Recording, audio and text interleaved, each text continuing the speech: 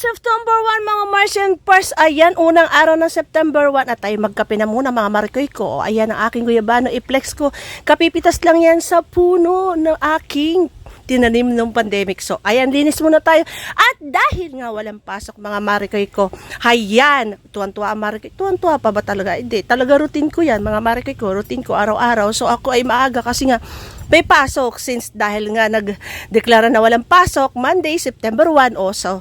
Ayan, tuwan-tuwa ang mga boys ko. At ang aking gagawin naman ngayon sa tindahan is syempre maglilinis na muna bago magbukas mga Marikoy ko. Kasi pag ako'y magbukas at maraming linisin pa, hindi na ako makapaglilinis. So, ang ginagawa ko muna mga Marikoy ko, naglilinis muna talaga sa paligid, sa loob ng tindahan, nagwawalis, nagpupunas ng alikabok, ng kung ano-ano pa dyan, linis dito, linis doon. Kasi nga syempre kanto tayo, nasasala natin lahat ng dumi, alikabok, mga basura, shoot sa tindahan, ganon.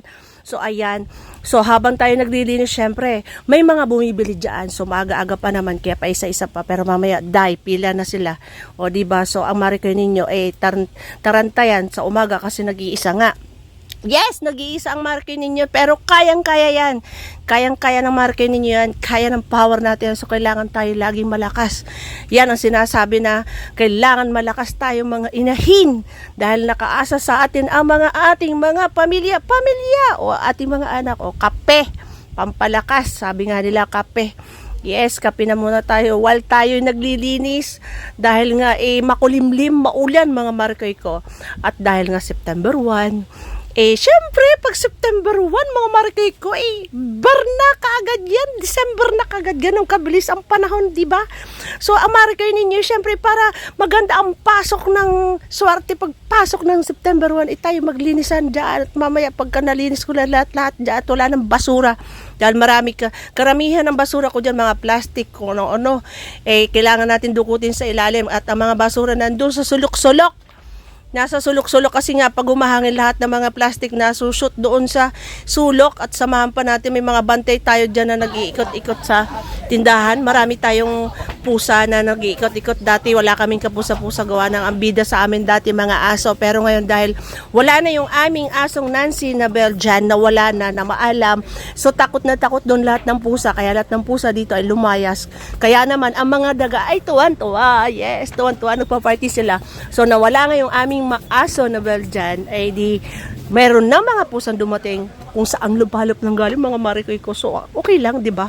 At least sila, mga to the rescue yan sa mga mababait. O ngayon, maraming pusa. Kaso ang problema, nangangamoy ang aming loob ng tindahan, mga Marikoy. Gawa ng yung ihi, yung dumi. Mamaya, lilinisin ko yung ilalim dyan, dudukutin ko kung ano dapat dukutin dyan. O, diba? May mga dumi-dumi kasi sulok-sulok dyan, tsaka yung mga wiwi ng mga pusa. Hindi ko kayang amoy, kaya naman ako merong face mask, kasi nga malikabok rin. At yung amoy nga ng pusa, yung ihi. Maamoy mga Marikoy ko, masyakit siya ilong ba? So ayan, tayo linis dito, linis doon, habang wala pang maraming bumibili dahil ang aking mahal, ang aking juwa, tulog pa, gawa ng lagi naman yun napupuyat madalas. So ako talaga sa umaga hanggat maaari. So pagkatapos niyang palit siya sa akin, ako naman ondogole, magluluto. Pag may pasok, magluluto ako, hahatid pagkain, sundo, ganon ang gawain ng nanay. Hindi matapos tayo mga nanay, kaya nga tayo, kung meron tayong mga vitamins, mag-take tayo para may extra power tayo mga nanay, dahil hindi lang naman iisa ang gawain tayo, multitasking, hindi lang isa, dalawa, tatlo, apat, marami tayong ginagawa kung pwedeng kayang isabay. Ako, naisasabay ko, luto, laba, lahat na. Ewan ko, basta ganun lang mga Marikoy talaga. So, kayanin natin kasi ganun tayo. Ayun, yun ang rule natin bilang nanay. Huwag pabayaan ang sarili, lagi malakas, take vitamins. So, ayan mga Marikoy ko, hinto ulit sa paglilinis at mayroon na naman customer. So ayan, maraming salamat. Thanks for watching.